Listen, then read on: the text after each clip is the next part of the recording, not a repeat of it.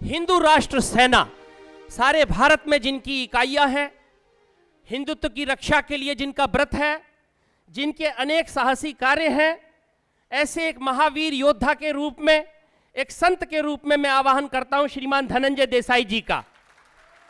धनंजय देसाई जी का हम स्वागत करते हैं और वो 5-7 मिनट में हमें कुछ संदेश देंगे, कुछ मार्गदर्शन देंगे और हमारी आवाज देश के आवाम तक पहुंचाएंगे, सरकार तक पहुंचाएंगे। भगवान श्रीपाद श्री वल्लभ दत्तात्रेय महाराज को प्रणाम करते हुए विश्वगुरु परम पूज्य संत श्री आसाराम बापू के चरणों में अभिवादन करते हुए व्यासपीठ पे विराजमान सभी योगी योद्धाओं का, क्योंकि हमारे देश में योगी हमेशा योद्धा रहे हैं, किसी नपुंसक योद्धा बन नहीं पाए हैं, वो राक्षस बन पाए हैं मगर योद्धा नहीं बन पाए। योद्धा तो केवल योगी बन पाते हैं और उन योगियों के सेनानियों का, आप साधकों का मैं सादर प्रणाम करके स्वागत करता हूं, अभिवादन करता हूं। मैं महाराष्ट्र से हूं, जहां देव, देश और धर्म की पूजा होती है। पूरे भारतवर्ष के अच्छे अच्छे संतानों का जन्म जिस महाराष्ट्र में हुआ, छत्रपति शिवप्रभु छत्रपति शिवाजी महाराज का, जिन्होंने यवनी सत्ताओं से हमें स्वतंत्रता दिलाई, हमारी माँ बहनों के ऊपर होने वाले अत्याचारों से, अनाचारों से, दुराचारों से हमें आज़ादी दिलाई, स्वतंत्रता दिलाई, हमें सामर्थ्य दिया लड़ने का। जिस चोले को पहन शिवाजी खेले अपनी जान पर, जिस चोले को पहन शिवाजी खेले अपनी जान पर, चोला वही पहन के निकला हम, चोला वही पहन के निकला हम मस्तों का टोला। भगत सिंह कहते हैं जिस चोले को छत्रपति शिवाजी महाराज ने, जिस तेज को, जिस चैतन्य को छत्रपति शिवाजी महाराज ने अपने आप में धारण किया था, उसी चैतन्य को हमने आपस में धारण किया है, अपने आप में धारण किया है। तो आसाराम बापू, संत श्री परम पूज्य आसाराम बापू के चैतन्य को भी आज हम सभी ने अपने आप में धारण किया है, क्योंकि एक आसाराम बापू नहीं बचे, अब करोड़ों आसाराम बापू खड़े हो जाएंगे इस देश के लिए। और जब जब अंधकार छाता है, कोई लोग ये सब संत कहते हैं, हमारे में कहते हैं कि मूर्ख लोग इतिहास का निर्माण करते हैं, और हमेशा मूर्खों ने ही इतिहास को निर्माण किया है। शाने केवल कारकुनी करते हैं, चाकरी करते हैं अंग्रेजों की। शाने लोग जो होते हैं वो केवल कारकुनी करते हैं, क्लियरिकल जॉब करते हैं, और जो पागल हो जाते हैं देशभक्ति से, धर्म भक्ति से, माँ के गर्भ से और वडल पिता के रक्त से जो पागल हो जाते हैं, वही देश का और विश्व का इतिहास निर्माण करते हैं। इतिहास कभी भी विद्वानों ने निर्माण नहीं किया, इतिहास कभी भी मूर्खों ने निर्माण किया है, जो अपनी सब विद्वत्ता को त्याग देते हैं और सदगुरु के चरणों में लीन हो जाते हैं, उन्हें जगत मूर्ख कहता है, और उन्हीं मूर्खों के कारण विश्व का इतिहास निर्माण होता है।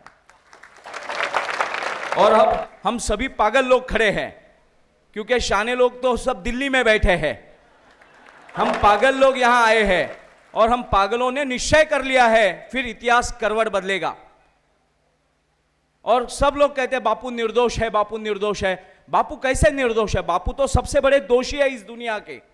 जहां अनाचार, दुराचार, अंधकार की पूजा होनी चाहिए थी, वहां बापू ने तेज की पूजा सिखाई। जहां नपुंसकता की पूजा होनी चाहिए थी, हिजड़ों का जय जयकार होना था, वहां बापू ने हमें अर्थ, धर्म, अर्थ, काम, मोक्ष चारों पुरुषार्थों से भरपूर किया।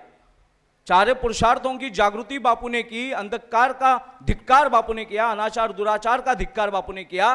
तो बापू निर्दोष कैसे? बापू तो सबसे बड़े दोषी है, क्योंकि हिजड़ों के देश में मर्दों की पूजा, पुरुषार्थ की पूजा, मां के गर्भ के ऊपर, उस गर्भ के ऊपर अच्छे संस्कारों की पूजा, कि उस गर्भ से क्रांतिकारी जन्म ले, उस गर्भ से योगी तपस्वी जन्म ले, उस गर्भ से राष्ट्र पुरुष जन्म ले, ऐसे गर्भों को संस्कारित करना ये बापू का सबसे बड़ा दोष है।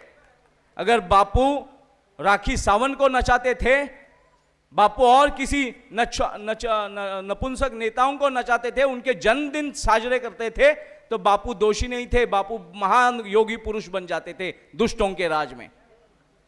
मगर आज हमें निश्चय करना है। मैं तो राजनीति से आता हूं और मैंने संकल्प किया है, जिस दिन से हमारे राम भाई जो है नासिक के, उन्होंने मुझे बापू की इस केस के बारे में सच्चाई बताई, और सच्चाई बताने के बाद मैं दहल गया, और दहलने के बाद मैंने निश्चय किया कि हिंदू राष्ट्र सेना पूरे देश में हिंदुओं को जाति पाति वर्ण भाषा प्रांत से परे उठकर अपने राष्ट्र के लिए संगठित होने का सामर्थ्य प्रकट करने का एक कार्य कर रही है, पुरुषार्थ का।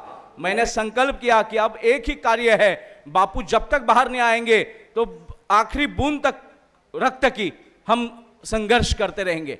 और पूरे देश के हिंदू राष्ट्र सेना के मुझे किसी साधकों ने दुख से बताया कि हम दुखी है कि इतने भले भले राजनेता आके पैरों में बैठ जाते थे और आज वो सब भगोड़े हो गए। तो वास्तव में वो भगोड़े ही थे, वो वास्तव में वो भगोड़े आज भगोड़े नहीं हुए, वास्तव में वो भगोड़े ही थे, नपुंसक ही थे। मगर नपुंसकों को भी एक समय राम जी ने वचन दिया है कि कलयुग में षंडों को हिजड़ों को भी राज करने की संधि दी जाएगी। मगर अब कलयुग की समाप्ति आ चुकी है। ये कलयुग के पहले आने वाला कला युग है, कलयुग के पहले आने वाला ये कला युग है। और ये कला युग में बापूजी ने दिखाई हुई ये लीला परम श्रद्धेय है। और हिंदू राष्ट्र सेना सब संतों के चरणों में और आप साधकों के हृदय में ये वचन प्रस्थापित करती है कि आखिरी दम तक 100 करोड़ हिंदुओं के देश में अगर हमारे संतों का अपमान होगा, विडंबना होगी, तो उसका प्रचंड प्रतिशोध लिया जाएगा। और प्रतिशोध छत्रपति शिवाजी महाराज ने, अफजल खान जब महाराष्ट्र में आया तो प्रतापगढ़ के पैरों तले उसको गाड़ दिया। अब ये सरकारें भी निकल जाएगी और संतों की धर्म की रक्षा करने वाली धर्म पुरस्कृत सत्ता निर्माण होगी। अब हमारे बाजू में ये यमराज जी खड़े हैं, तो इनका भी बड़ा योगदान है।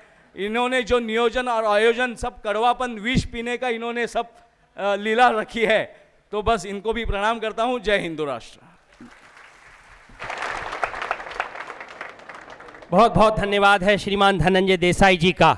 आपकी वाणी में पराक्रम है, ओजस्विता है, तेजस्विता है, और जो आपने संकल्प किया है और आपके जो कार्य हैं पूरे भारत में, तो उसका प्रतिफल मिलेगा।